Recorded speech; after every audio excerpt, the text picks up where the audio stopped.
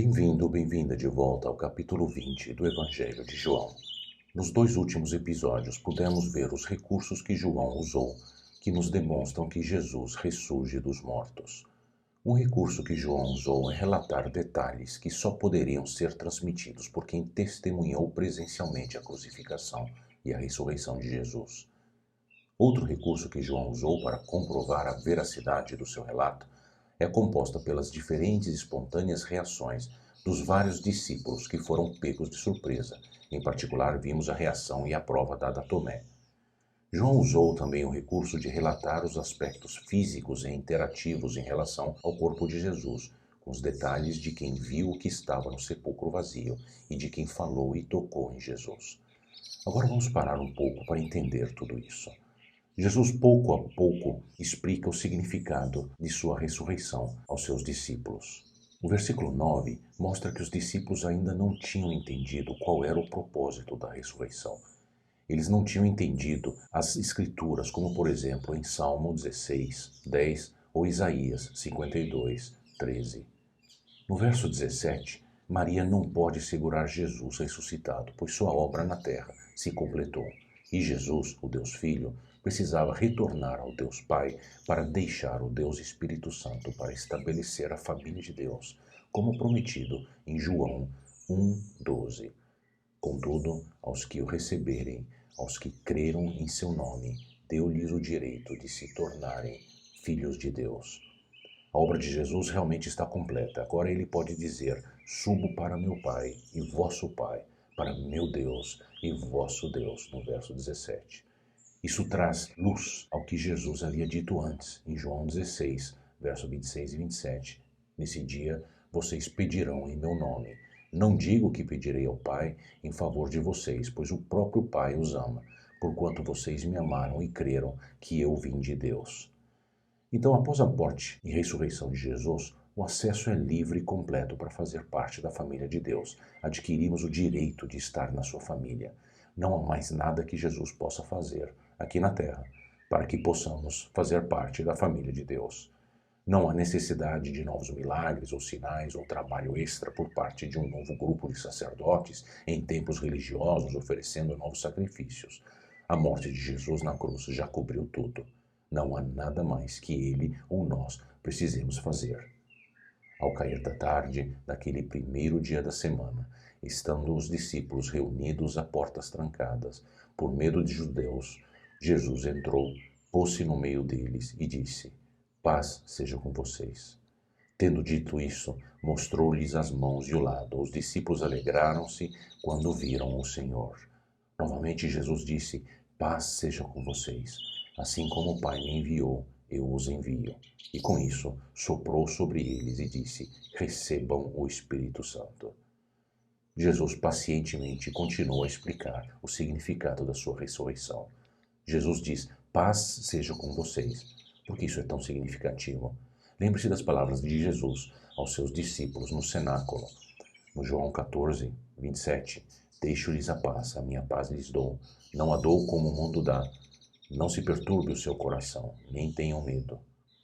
E capítulo 16, verso 33, eu lhes disse essas coisas para que em mim vocês tenham paz. Neste mundo vocês terão aflições. Contudo, tenham ânimo, eu venci o mundo. O que Jesus está oferecendo agora? Com pecados perdoados por Jesus crucificado e ressurreto, a paz com Deus está agora disponível. E qual o significado de Jesus assoprando nos discípulos, dizendo de estarem recebendo o Espírito? O Espírito Santo vem aos discípulos 40 dias mais tarde, num evento chamado Pentecostes. Lemos isso no livro de Atos. Mas assim como quando Jesus lavou os pés deles para mostrar o que iria acontecer na cruz, assim é o sopro de Jesus neles, uma imagem do que vai acontecer no Pentecostes. É uma imagem para mostrar que depois da cruz e da ressurreição, como pessoas limpas e perdoadas, os discípulos podem agora receber o Espírito Santo. João 14, 25 e 26, tudo isso lhes tenho dito enquanto ainda com vocês. Mas o Conselheiro, o Espírito Santo, que o Pai enviará em meu nome, lhes ensinará todas as coisas e lhes fará lembrar tudo o que eu lhes disse.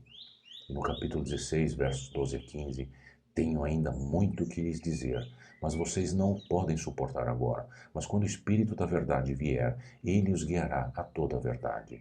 Não falará de si mesmo, falará apenas o que ouvir, e lhes anunciará o que está por vir. Ele me glorificará, porque receberá do que é meu, e o tornará conhecido a vocês. Tudo o que pertence ao Pai é meu. Por isso eu disse que o Espírito Santo receberá do que é meu, e o tornará conhecido a vocês. Se perdoarem os pecados de alguém, estarão perdoados. Se não os perdoarem, não estarão perdoados. O que Jesus quer dizer no verso 23? Você se lembra que Jesus prometeu que quando o Espírito Santo descesse aos apóstolos, ele iria ensiná-los todas as coisas e lembrá-los de tudo o que o Senhor disse? Esta é a chave para entender os apóstolos perdoando pecados. Claro, só Jesus pode perdoar pecados, mas à medida em que compartilham o Evangelho de Jesus e a palavra inspirada do Espírito, tem poder para habilitar o perdão dos nossos pecados. Tomé, chamado Dídimo, um dos 12, não estava com os discípulos quando Jesus apareceu. Os outros discípulos lhe disseram, vimos o Senhor, mas ele lhes disse, se eu não vir as marcas dos pregos nas suas mãos, não colocar o meu dedo onde estavam os pregos e não puser a minha mão ao seu lado, não crerei. Uma semana mais tarde, os seus discípulos estavam ali e Tomé com eles. Apesar de estarem trancadas as portas, Jesus entrou, pôs-se no meio deles e disse, paz seja com vocês. E Jesus disse a Tomé, coloque o seu dedo aqui, estenda a mão e coloque-a no meu lado. Pare de duvidar e creia. Disse-lhe Tomé, Senhor meu e Deus meu. Então Jesus lhe disse, porque me viu, você creu? Felizes os que não viram e creram. E aqui temos a parte final da explicação de Jesus em relação a Tomé, que não acreditou na palavra dos apóstolos, pois a não ser que ele visse Jesus, ele não iria crer que Jesus ressuscitou. O que Tomé faz quando ele vê Jesus? Ele crê. Verso 28. Acreditamos na palavra dos apóstolos?